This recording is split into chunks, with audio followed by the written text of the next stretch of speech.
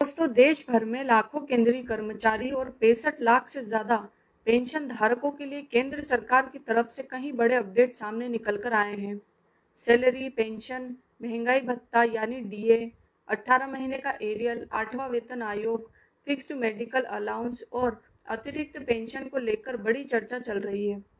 कार्मिक मंत्रालय और वित्त मंत्रालय की तरफ से कई जरूरी दिशा निर्देशक भी जारी किए गए हैं। ऐसे में आज का यह वीडियो सभी कर्मचारी और पेंशन धारकों के लिए बहुत ही महत्वपूर्ण रहने वाला है।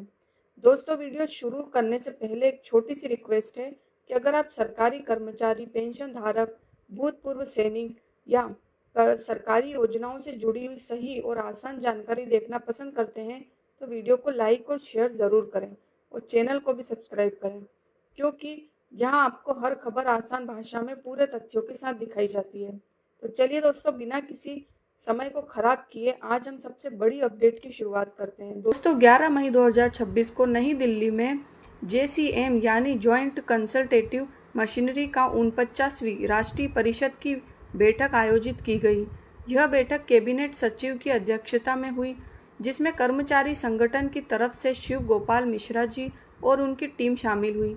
सरकार के कई बड़े अधिकारी भी इस बैठक में मौजूद रहे। दोस्तों, इस बैठक में खास बात यह रही कि जेसीएम के 60 साल पूरे होने पर डायमंड जुबली भी मनाई गई। सरकार की तरफ से कहा गया कि कर्मचारी और पेंशन धारकों की समस्याओं को लगातार बातचीत के जरिए सुलझाने की कोशिश की जाएगी। अब दोस्तों, बात करते हैं बैठक में उठाए गए सबसे बड़े मुद्दे की। सबसे पहले चर्चा हुई अतिरिक्त पेंशन यानी एडिशनल पेंशन को लेकर। अभी के नियम के अनुसार अतिरिक्त पेंशन का लाभ 80 साल की उम्र के बाद ही मिलता है, लेकिन कर्मचारी संगठन ने मांग रखी है कि इसे 65 साल की उम्र से शुरू किया जाए। प्रस्ताव में कहा गया कि 65 साल की उम्र पर 5% अतिरिक्त पेंशन, 70 साल पर 10% और अतिरिक्त पेंशन और 75 साल की उम्र पर 15% अतिरिक्त पेंशन दी जानी चाहिए।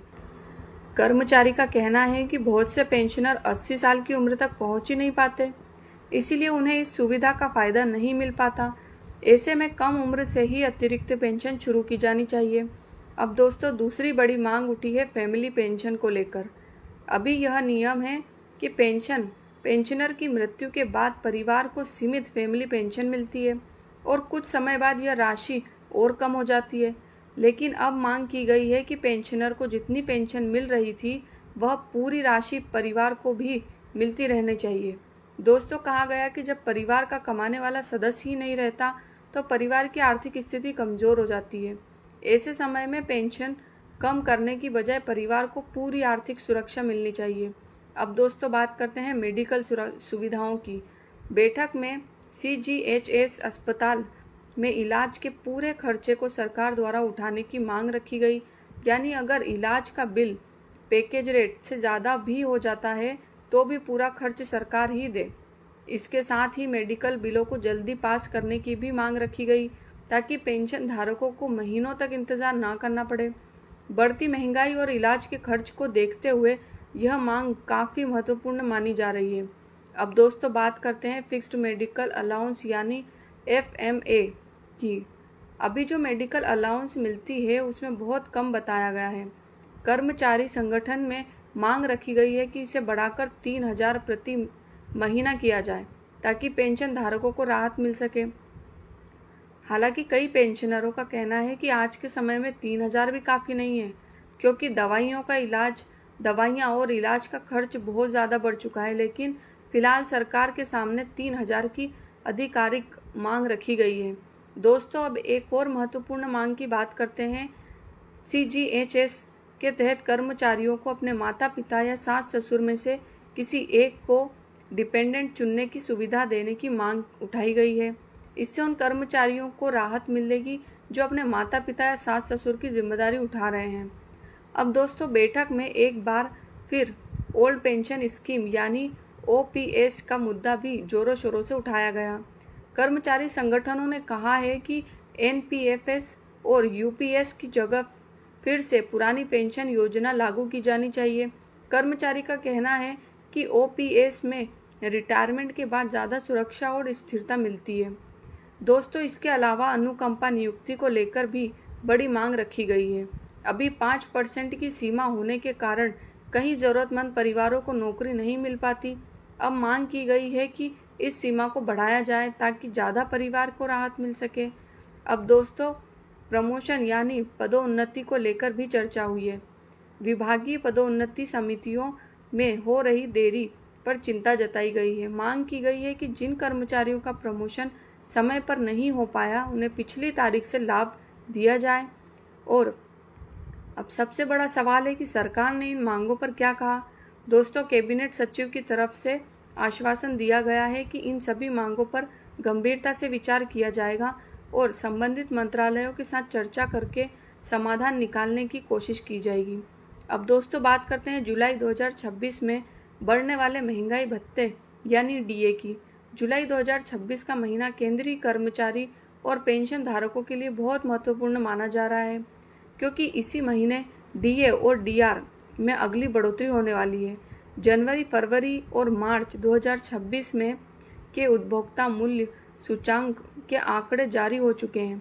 इसके आधार पर अभी तक करीब 2% की बढ़ोतरी तय मानी जा रही है। अभी अप्रैल, मई, जून का डाटा आना बाकी है। अगर यही स्थिति बनी रही तो जुलाई 2026 में डीए और डीआर में कुल 4% तक बढ़ोतरी हो सकती है। अभी महंगाई भत्ता 60% तक बढ़कर 62 तक पहुंच चुका है। अगर 4% की बढ़ोतरी होती है, यह 66% तक पहुंच सकता है। इससे कर्मचारियों और पेंशन धारकों की सैलरी और पेंशन में अच्छा खासा फायदा देखने को मिलेगा। दोस्तों, अब बात करते हैं सबसे ज़्यादा खर्च चर्चा में चल रहे 18 महीने के एरियल की। लंबे समय से कर्मचारी और पेंशन धारक कोरोना काल के दौरान रोके गए 18 महीने के डीए एरियल की मांग कर रहे हैं।